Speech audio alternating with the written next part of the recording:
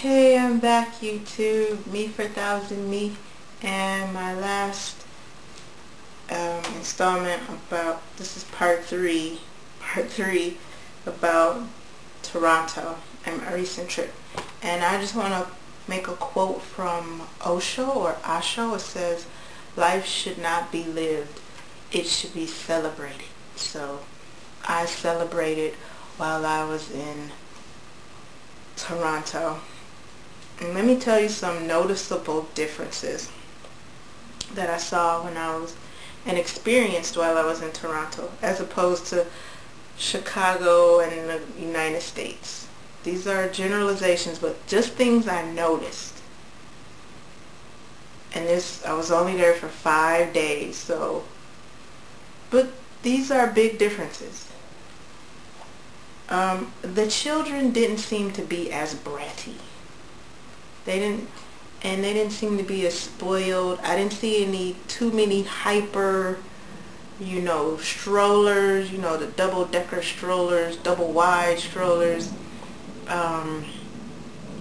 Not too much of that. Now, I know somebody's going to write in or type in that, "Oh, you weren't in my neighborhood and there's plenty of double-wide strollers over here." I'm just saying I didn't see the mass amount and mass quantities that one sees when they are here in America. I didn't see as many, number two, I didn't see as many obese people, like just huge. I didn't see all that in Toronto. Yes, there are big people in Toronto, but I didn't see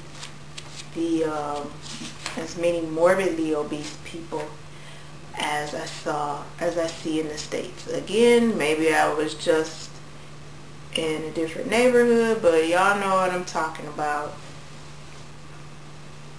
The big, huge people.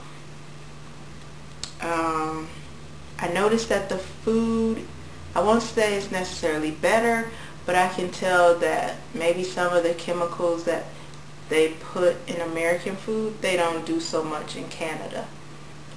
When I had gelato and ice cream, didn't taste the same as gelato and ice cream made in the United States. So maybe they do something different with the cows around here. I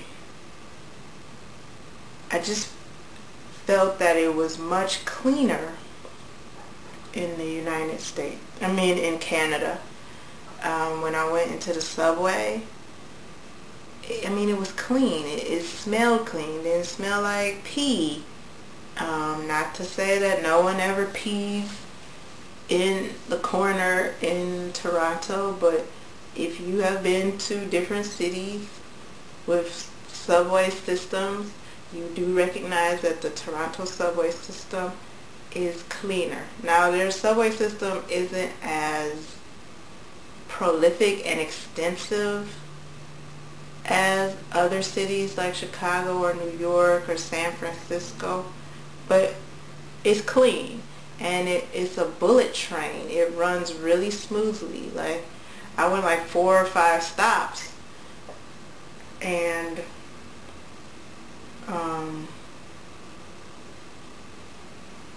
I could barely feel it. Clean on the inside as well, like nice seats,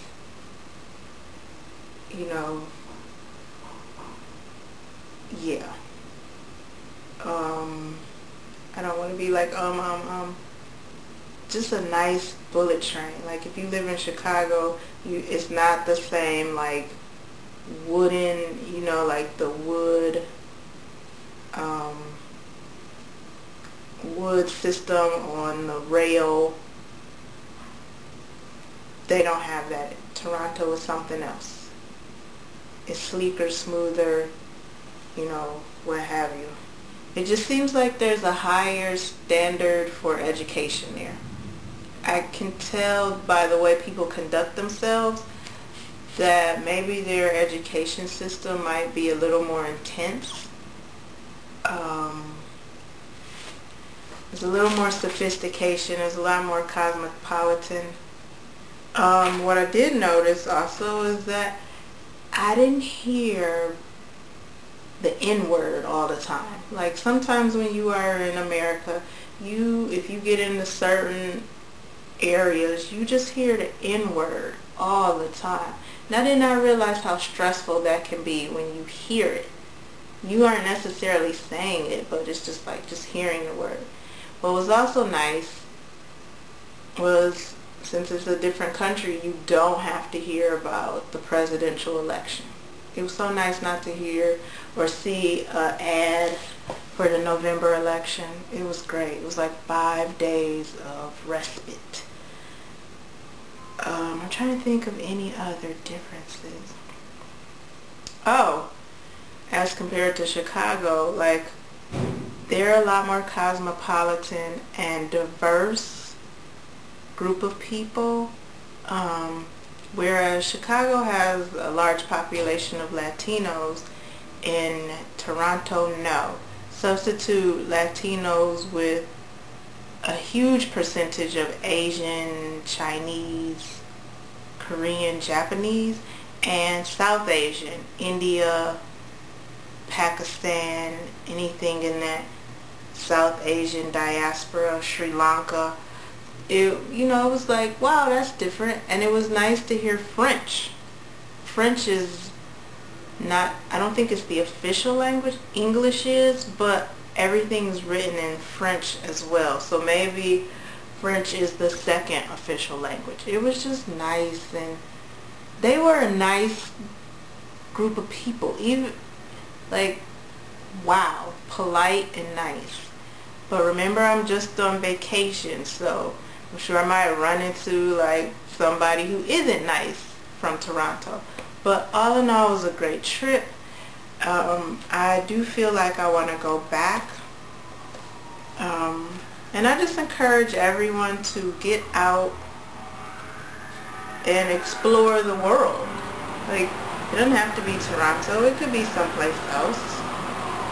Get out and just do you. I felt so great because I felt so free and creative. This was something I had dreamed of for a while. I don't know why I picked Toronto.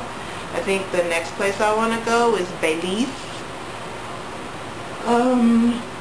Paris, Sydney and Melbourne, Australia. I got a lot of places I want to go. I want to go to Albuquerque, New Mexico.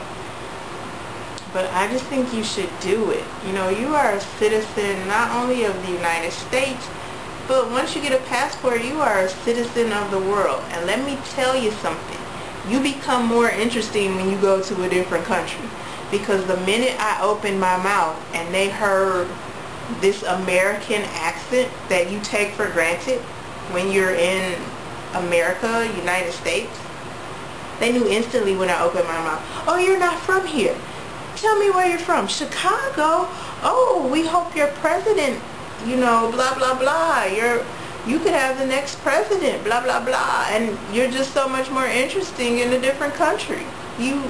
There's points that they want to ask you, and, have you been here? And is this good? Is this great? Blah, blah, blah. So, yeah, you become very cool, very sexy, very everything. Yes, I'll do another upload about that.